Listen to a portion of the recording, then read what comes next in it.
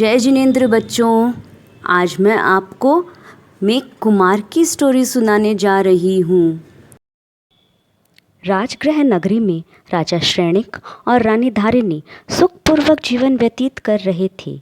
एक रात को रानी धारिणी स्वप्न में हाथी का सपना देखती है। रानी धारिणी से स्वप्न की बात जानकर राजा श्रेणिक कहते हैं, रानी, आप हाथी जैसे बलवान पुत्र रत्न को जन्म देंगी। गर्भ में पल रहे जीव के कारण रानी धारिणी को बारिश में स्नान करने की इच्छा होती है। माता धारिणी की इच्छा पूर्ति हेतु अभय कुमार देव की आराधना करते हैं। देव प्रसन्न होकर अभय कुमार को वरदान देते हैं। वरदान में अभय कुमार बारिश बरसाने की मांग करते हैं।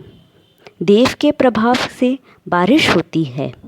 रानी धारिणी अपने स्नान कर इच्छा पूर्ति करती है। 9 महीने पूर्ण होने पर रानी धारिणी पुत्र रत्न को जन्म देती है। पुत्र का नाम रखा जाता है मेघ कुमार। मेघ कुमार जब युवा होते हैं तब 8 राजकुमारियों के साथ धूमधाम से विवाह होता है। इस समय भगवान महावीर स्वामी राजगृह में पधार रहे थे। भगवान की देशना सुन मेघ कुमार को वैराग्य होता है। माता धारिणी और पिता श्रेणिक से मेघ कुमार दीक्षा की अनुमति मांगते हैं। तब राजा श्रेणिक शर्त रखते हैं और कहते हैं, तुम्हें एक बार राजा के रूप में देख लूँ, फिर दीक्षा ले लेना। मेघ कुमार का राजाभिषेक होता है। वह राजा मेघ कुमार बन जाते हैं। राजा मेघ कुमार भगवान महावीर स्वामी के पास दीक्षा लेते हैं। फिर राजा मेघ कुमार बन जाते हैं मुनि मेघ कुमार। दीक्षा की प्रथम रात को मुनि मेघ कुमार दीक्षा में छोटे होने के नाते दरवाजे के पास सोने का स्थान प्राप्त करते हैं। इस कारण आने जाने वाले साधुओं के पैर मुनि मेघ कुमार से टकराते हैं और उनका बिछौना मेला हो जाता है और मेघ कुमार को आर्द्र ध्यान होता है और वे संयम से विचलित हो जाते हैं। सुबह होते ही मुनि मेघ कुमार भगवान महावीर स्वामी के पास जाते हैं। तब भगवान कहते हैं, मुनि मेघ, तुम्हारे मन में चलने वाले सोच को मैंने जान लिया है।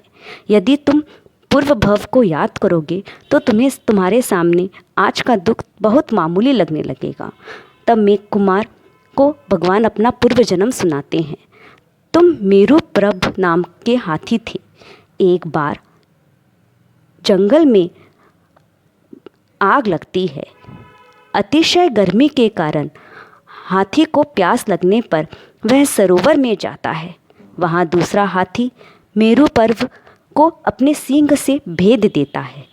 भूख प्यास से विचलित मेरुपर्व 7 दिन के बाद मृत्यु हो जाती है। मृत्यु के बाद वह पुनः हाथी बनता है। उसे अपना पूर्व भव याद आता है। इस भव में आग से बचने के लिए वह पेड़ पौधों की सफाई कर 3 बड़े मैदान बनाता है। एक बार फिर से जंगल में आग लगती है। तब हाथी अपनी जान बचाने के लिए मैदान में जाता है। वहाँ देखता है पूरा मैदान पशु पक्षियों से भरा पड़ा है। स्वयं के लिए सिर्फ 4 पैर रखने की ही जगह है। हाथी वहाँ खड़ा हो जाता है। खुजली आने पर हाथी अपना पैर थोड़ा ऊपर उठाता है। इतने में वहाँ एक खरगोश आकर बैठ जाता है। खरगोश का जीवन बचाने के लिए हाथी अपना पैर ऊपर ही रखता है। 2.5 दिन के बाद जब जंगल की आग शांत होती है तब सब जानवर चले जाते हैं। हाथी भी चलने की कोशिश करता है, लेकिन पैर में जकड़न होने के कारण वह गिर जाता है। 3 दिन के बाद उसकी मृत्यु होती है। भगवान महावीर स्वामी मुनि मेघ कुमार को कहते हैं, वह हाथी दूसरा कोई नहीं, तुम स्वयं ही हो। एक खरगोश के जीव की रक्षा करने पर तुमने राजकुमार का जीवन पाया। फिर संयम का पालन कर सर्व जीवों की रक्षा करोगे तो कितना सुंदर फल प्राप्त होगा। भगवान महावीर का आदेश सुन मुनि मेघ कुमार संयम में पुनः स्थिर हो जाते हैं और मोक्ष गति को प्राप्त करते हैं। इसी तरह हमें भी जैन धर्म को अपनाकर अहिंसा का पालन करना चाहिए। यानी अहिंसा का पालन करना मतलब किसी भी जीव की हिंसा नहीं करना, किसी भी जीव को नहीं सताना, सब जीवों को अपने समान, अपने ही आत्मा के समान समझना। यदि हम किसी भी छोटे से छोटे कीड़ी मकोड़े मच्छर आदि के जीवों की रक्षा करेंगे और नॉन वेज एग एक्सेट्रा चीज़ें नहीं खाएंगे, तभी हम अपने जीवन में मेघ कुमार की भांति बन पाएंगे, मेघ कुमार की भांति बन पाएंगे। ओम अरम बच्चों, ओम